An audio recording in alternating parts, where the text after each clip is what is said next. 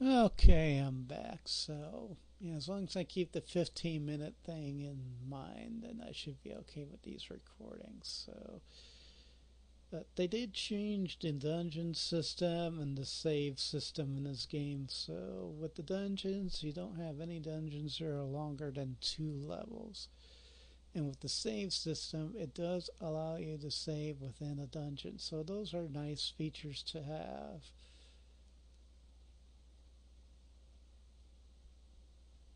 Now, I don't know exactly how much experience we're going to be getting from like each individual fight. I know it's really reduced on hard difficulty, whereas in easy difficulty you get maybe 2 or 3 times as much experience. I'm not going to worry too much about that. Like I said, with the powerful characters that we have with Wizard's Crown, once we import them into Eternal Dagger, they're just really going to be doing quite a bit of mayhem and what have you.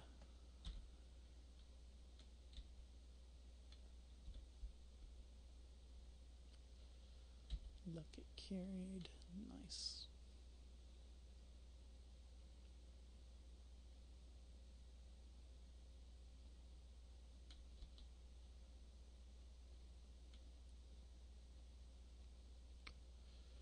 And we have the standard damage plus resistance that we have to deal with. So, some monsters have certain vulnerabilities and what have you.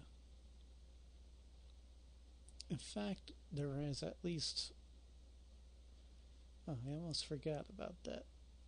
There is an item in the game, actually a sword, a dragon slaying sword. So anything that is slaying will do triple damage versus that particular monster. So actually, there's more than one slaying item. You got a dragon slaying sword and a giant slaying dwarf hammer. So they also added in some abilities to weapons, like for example transferring damage, which means that any damage that your character has, if he makes a hit, some of that damage, if it does damage to the creature that he's attacking, will be transferred to him and it'll reduce his injuries or bleeding or what have you.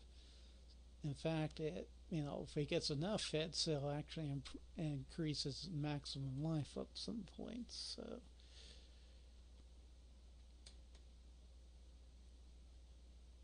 now, with transferring items, there is a couple of those weapons. There aren't too many, fortunately. Uh, Even with transferring, it is kind of a bit. It's debatable whether that's a game breaker. It kind of is in a way, but it kind of isn't because. And by saying it kind of is and it isn't, what I mean is that one of the weapons is a two-handed weapon. So you're getting the transferring damage, but you're also opening yourself up to retaliation from the monsters. And it's only a melee weapon, not a ranged weapon. But with the dwarf hammer, that is transferring damage, but it's only, a good against giants. So you can like hit a creature with it, may not hurt it at all, may not do very much damage, but it's better than nothing. So any damage that you do with a ranged attack, at least it'll help a little bit anyway. They did also change the spell system in that magic is more powerful and useful in this game. Because I don't recall Wizard Crown really using much of this. I might have used some of the spells, but for the most part, it was pretty much whatever was limited to quick combat or what have you. Counter magic or night vision or what have you, and that was pretty much it. So, once that was taken care of, you didn't need to worry about anything else. So, We gotta rid the island of the necromancer. Yay. Of course, once we get that island, there's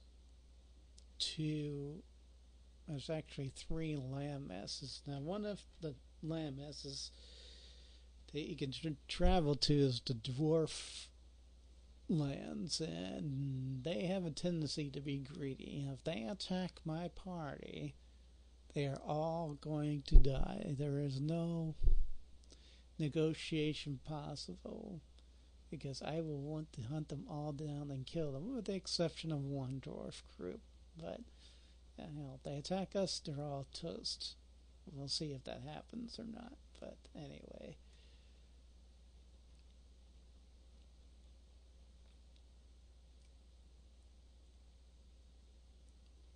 I mean, there are changes, of course, in regards to the monsters, because some of them use ranged attacks, like giants love using ranged attacks, so do some creatures in the desert. A lot of them, our monsters may have melee or magic capabilities, so there's definitely a little bit more of a broad range in regards to the opposition, basically. So let's see. Let's look at our backpack. And we can also have, as far as I know, a pretty much limitless supply of gold, electrum, silver, and copper. There might be a limit of like 65,560, 65,536, but I don't even know if you're going to see that if you go through the entire game or not. Because ideally you want to try and keep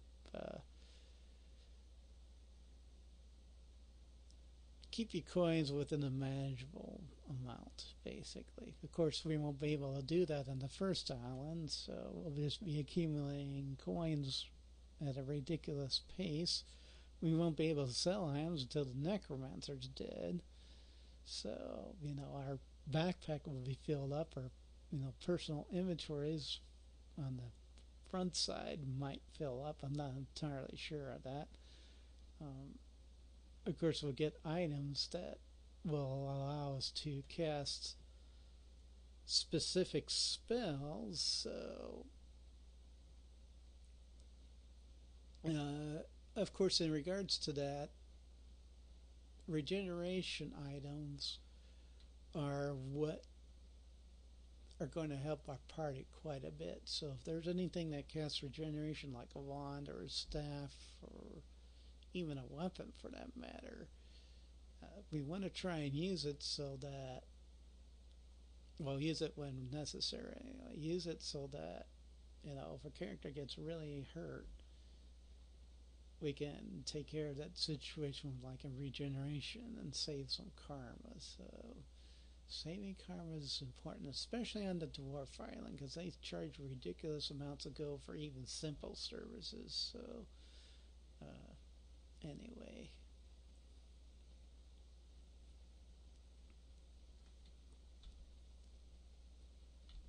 alright, let's go look at that front.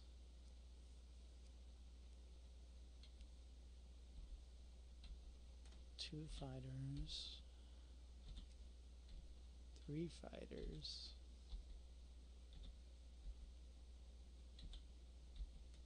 yeah, 3 fighters, yeah.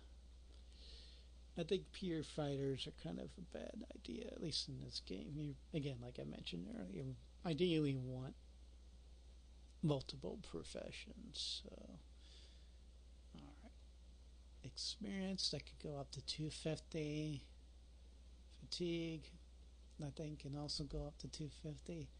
Of course, if you do, then nobody can fight at all, pretty much, which is why you gotta rest up. So you could go maybe a couple squares before you have to rest up without worrying about fatigue. So if you rest up sufficiently, then you don't have to worry about it. But if you do get disease and it can't be cured, there's going to be a problem, especially if it happens for multiple characters. But I'm pretty sure I mentioned that before.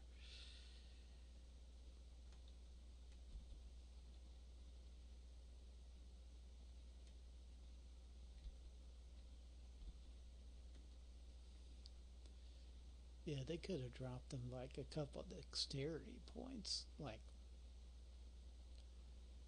5, giving them enough strength for a great sword, and then improve his life a little bit. But still, he's going to get wanged on. No strength 11. But anyway, yeah. So my intent is pretty much to have like an intent, an interesting combat of for each particular month. I'll show you the dungeons, and of course, like what happens along the way, but it won't be like every single step of the game, basically. Just, kind of be of a summary, with the exception, of course, going through the dungeons and, the combat of the month and what have you. So, let's go ahead. I'm actually going to reboot because I want to transfer my original party over. And we'll switch over to side A. And we'll reboot. Now, before I actually transfer them over, I'm actually going to stop the recording again because I know I'm running close up on that 15-minute time limit. So let me go and let you go. And I'll be back with the party transference.